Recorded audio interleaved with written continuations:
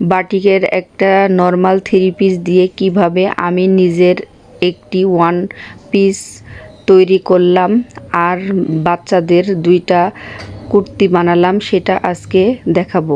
Normal three piece দিয়ে আমি two piece বানাবো আর সালোয়ারের কাপড়টা দিয়ে আমার দুই মেয়ের দুইটা কুর্তি বানাবো। আমি কিভাবে সহজভাবে বানালাম সেটা আপনাদের মধ্যে শেয়ার করব। এই যে আমি ওয়ান পিসটা বানিয়ে ফেলছি। অনেক সাধারণ একটা থ্রি পিসও অনেক সুন্দর করে বানালে অনেক ভালো লাগে। পরে আমার লাল কালারের সালোয়ার আছে, এর সাথে লালও পরা যাবে, নেভি ব্লু পরা যাবে। তাই আমি সালোয়ারের কাপড়টা দিয়ে আমার দুইটা মেয়ের জন্য কুর্তি বানিয়েছি। আর জামাটা আমি চতুর্দিকে লেস লাগিয়ে দিয়েছি। দেখুন কত সুন্দর হয়েছে। এখন আমি সালোয়ারের কাপড়টা দিয়ে আমার দুই মেয়ের জন্য দুইটি কুর্তি কেটে নেব। এই যে দেখুন আমি কাপড়টা বিছিয়ে নিচ্ছি। এখন আমি এই যে কাটিং করে নিয়েছি। আমি দুই পাশে কলির মতো করে কলি কাট দিয়ে নিয়েছি। ওই কলি কাটে আমি লেস লাগিয়ে দেব। তাই আমি কাপড়টা কেটে নিচ্ছি।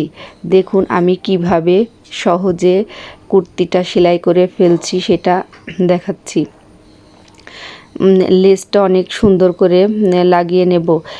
একবারে লেসের উপর দিয়ে সেলাইটা দিয়ে নেব যাতে লেস থেকে সেলাইটা বের না হয়ে যায়। এই ধরনের লেস সেলাই করা একটু কষ্টকর। এই যে আমি আবার কাপড়টা এই লেসটার উপরে দিয়ে আমি জয়েন্ট করে নিচ্ছি। আর এইভাবে ড্রেস তৈরি করলে অনেক ভালো লাগে, বাচ্চাদের অনেক বেশি ভালো লাগে।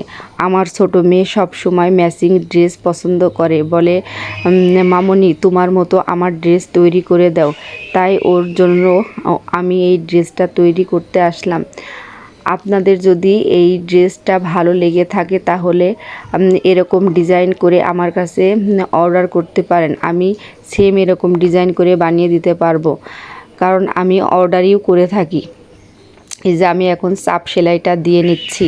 চাপ সেলাইটা দিয়ে নিয়ে আমি আর একটাও কুর্তি কেটে নিচ্ছি, কারণ দুইটা আমি বানাবো, এই কারণে আমি দুইটাই কেটে নিলাম। এই যে দেখুন আমি কিভাবে কাটিং করে নিচ্ছি। এখন হাতাটা কাটিং করে নিচ্ছি। হাতাটা আমি ঘটি হাতা দেব। ঘটি হাতা দিয়ে বাচ্চাদের জামা বানালে অনেক বেশি ভালো লাগে। এই যে আমি গলাটাও সেট করে নিচ্ছি। গলা যেইভাবে আমি লাগিয়ে থাকি তাই আপনাদের সাথে শেয়ার করলাম। আস্তে আস্তে আমি জামার কাজটাও শেষ করে ফেলছি।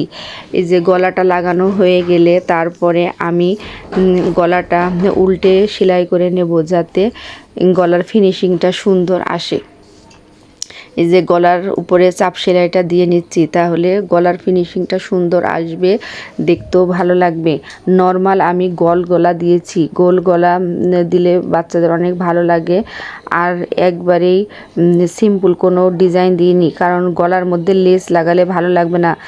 দুই সাইডে লেস লাগিয়ে ফেলেছি, এই কারণে আমি একবারে নর্মাল করে বানাইতাছি।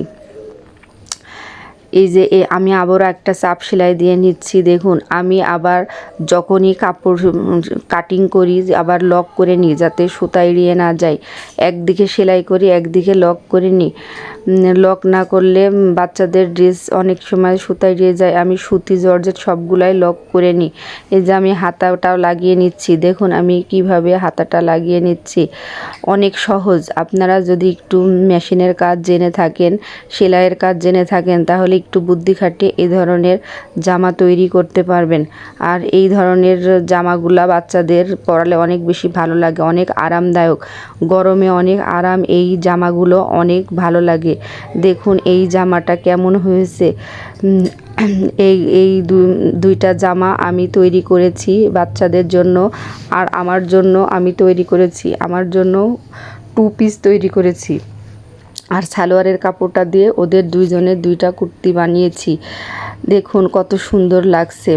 নর্মাল একটা জামাও যদি সুন্দর ডিজাইন করে মেক করা যায় তাহলে অনেক সুন্দর লাগে, দ্বিগুণ সুন্দর হয়ে যায়। আসসালামু আলাইকুম প্রিয় ভাই ও বোনেরা, আপনারা যে যেখানে বসে আমার এই ভিডিওটি দেখছেন, আশা করি সবাই ভালো আছেন। আর যারা দেখছেন না তারাও অনেক ভালো আছেন। আপনারা আমাকে একটা লাইক করে দেন, সাবস্ক্রাইব করে দেন, আর পাশে থাকা বেল আইকনটি চেপে দেন, যাতে নতুন নতুন ভিডিও আপলোড করলে আপনাদের কাছে পৌঁছিয়ে যায়। আল্লাহ হাফিজ।